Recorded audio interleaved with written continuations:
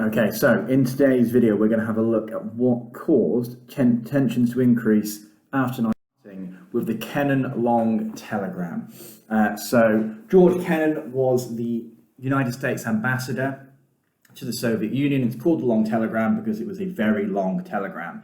Kennan, surname, Long Telegram, all fits together. Crucially, a year after the end of the Second World War, February 22nd, 1946, George Kennan sends a telegram to the USA stating the following two key points. Crucially, that Stalin saw Western capitalist states as a direct threat to the Soviet Union. And ultimately, Stalin in turn wanted to destroy capitalism. And he wants to do this by spreading communist revolutions across the world and establishing communist governments. So it's not by a direct invasion as such. It's not the Red Army marching into Western Europe and conquering them. He wants to encourage the communist parties of Western Europe and the Western world to rise up in revolution, as the Bolsheviks had in 1917, and overthrow the governments, at which point they would be accepted into the Soviet sphere of influence.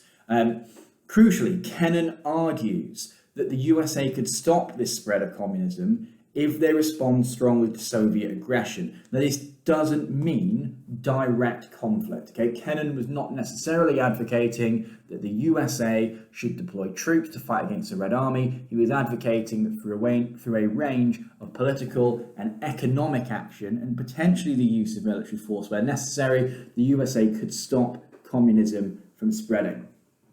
And if we have a look down here at the source at the bottom, this is a direct extract from the Long Telegram, and it talks about the Soviet Union being fanatics. They're fanatically committed to the belief that they want to destroy the traditional way of American life. So it's quite serious language being used by Kennan in it. Now, the consequences of this are that it increases tension. Okay, the USA sees the USSR as an increased threat. Remember, in 1946, militarily, the USA still holds the advantage. They're the only country with access to atomic weapons. However, if the fear is that Stalin is going to spread communism not via military force, but via political support and revolutions, the advantage of an atomic bomb doesn't mean anything. This is also going to lead the USA to create a policy known as containment. So containment's a really key policy for the Cold War.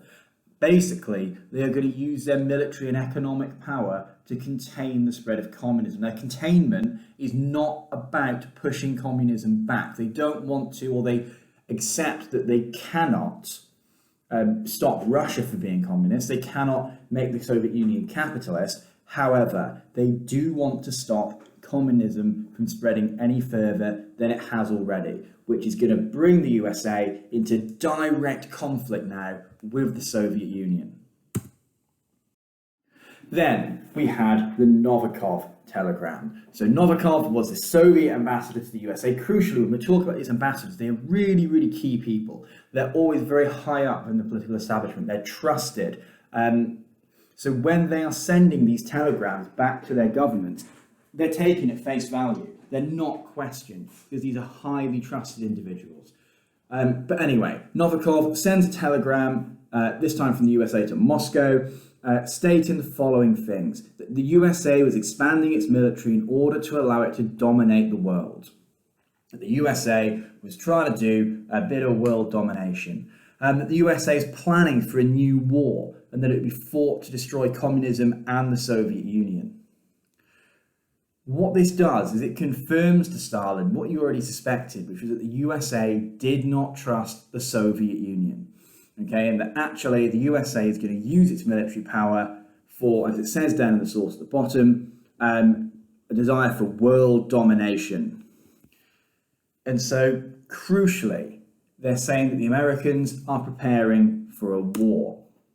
So again, it increases tension. The Soviet Union, Stalin, who remember is extremely paranoid, believes even more the USA wants to destroy them using their military. And what this is going to do is it's going to bring to the fore some of the disagreements we saw at Yalta and at Tehran and at Potsdam, particularly around Eastern Europe. Stalin now wants to take control of as much of Eastern Europe as he physically can, because this will form a buffer zone. This will form a shield for the Soviet Union against an invasion from the West. And remember, they disagreed over the Polish border. Truman had demanded that free and fair elections should be held in Eastern Europe. Stalin is now far, far less likely to allow this because he genuinely fears that the USA is going to launch an invasion. Then on top of this, we get what's called the Iron Curtain speech. So March the 5th, 1946, Churchill makes a speech in the USA addressing some of the issues that he sees in the international fold. Churchill, remember, at this point is a former prime minister. He will return to power in 1951. However, he's not prime minister at this point. But as one of the leaders during the Second World War, he's got enormous political capital. So if Churchill speaks, other countries tend to listen. And so Churchill describes how an iron curtain has descended across the continent, basically saying that between Eastern and Western Europe, there is now a metaphorical barrier. Churchill was not alluding to an actual physical thing. Okay? The Iron Curtain isn't a real physical thing. There wasn't a fence, there wasn't an actual Iron Curtain, it's a metaphor. But it's a metaphor for Soviet control. And so what Churchill is saying is that, and he says it down at the bottom here, so lie in what I must call a Soviet sphere, and all are subject in one form or another, not only to Soviet influence, but to a very high and in some cases increasing measure of control from Moscow. So he's implying the USSR is controlling Eastern Europe, and that's despite the promise of free elections at Potsdam. Okay, Truman had been clear on that. He made Stalin agree to it, and Stalin, as far as Churchill is concerned, is going back on his word. So this increases tension. Okay, the Soviet Union thinks that Churchill's trying to goad the USA into confronting them over this. And if Churchill does this in a speech, it makes it almost impossible for the USA to hide it. Okay, so the Soviets think it's all part of a grand plan from Churchill. So again, Stalin believes it's all part of this coming war. And actually, Churchill's trying to start a war. Okay, they want to destroy communism. And so again, it builds on it, continues to confirm that belief that a buffer zone in Eastern Europe is necessary, that Stalin needed to create this kind of shield against a Western invasion of the Soviet Union. And so we get on to the satellite states. So throughout 1944 and 1945, the Soviet Red Army moved through Eastern Europe. It liberated these countries here, Poland, Czechoslovakia, obviously East Germany, Hungary, Romania, Bulgaria, Yugoslavia. They were liberated from Nazi control. The Red Army had moved in and defeated the German army there. Now, obviously at Yalta and Potsdam, they had agreed that they would allow free and fair elections in these countries. However, the Soviets left troops, they left soldiers in Eastern Europe to support this process after Germany had surrendered. What this basically means is that by the end of 1947, the USSR had established communist governments across Eastern Europe. And so we see it here in Poland. They remove non-communist members of the government, so it leaves the communists in control. And the Polish communist leader, it says here, had previously lived in the USSR and supported Stalin. So Stalin has put a friendly leader into Poland to control it for him. East Germany, again, controlled by the communists. Okay, another communist leader, Walter Ulbricht, who had previously lived in the USSR and supported Stalin. Romania, just down here on the Soviet border, the elections were rigged. So they weren't free and fair. They were rigged to make sure the communists won and took power.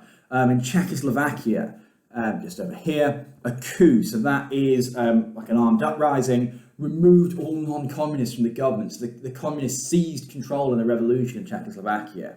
In Bulgaria, just down here in the Baltic, which, remember, this is where Churchill, during the Tehran conference, wanted to invade with the Second Front. He didn't want to invade France. He wanted to bring British and American troops into Eastern Europe here to stop this from happening.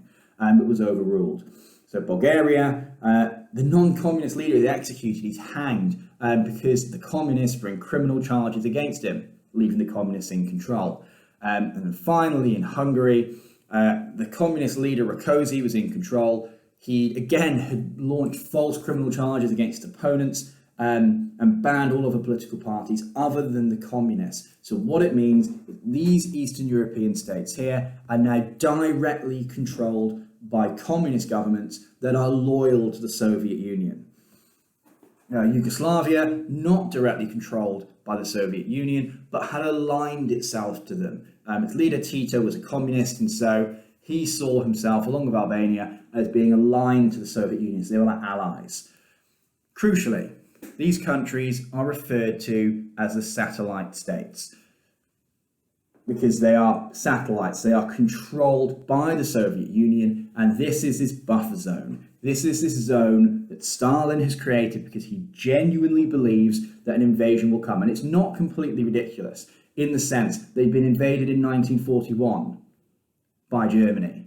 They've been invaded in 1914 by Germany. They've been invaded in 1812 by France. Okay, so any time an invasion of Russia and later the Soviet Union occurs, it comes through these countries here. So Stalin wants a shield. He also needs it because of atomic weapons. The Russians had seen the damage that had been done to Hiroshima and Nagasaki in 1945. And so they wanted to avoid atomic weapons being used on the Soviet Union. They thought that if a war was fought and it was fought in Eastern Europe, the damage would be confined to these countries and actually would spare the Soviet Union the damage that had occurred following 1941. Remember, large portions of the Holocaust were carried out not just in Eastern Europe, but in the Soviet Union. Factories, towns, villages were completely destroyed and the inhabitants executed. Stalin wants to avoid that happening again. Okay, and as we've mentioned, they're satellite states because they're controlled indirectly from Moscow. And what it does is it establishes a hard border between Eastern and Western Europe, or an Iron Curtain, as Churchill had predicted in 1946. And so it has essentially created a divide between the capitalist West and the communist East. And so it increases that tension.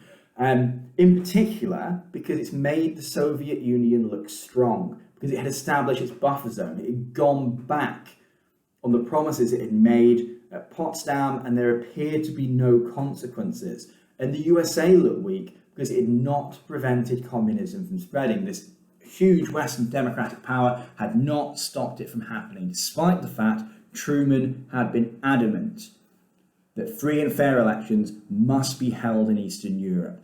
And so this has increased tension enormously. We've gone from the telegrams by Kennan and Novikov, increasing tensions gradually, in particular for the Americans. George Kennan has turned around and said that the Soviets are going to try and spread communism. And then Churchill has done a speech and said the Soviets are going to try and spread communism. And all of a sudden they spread communism.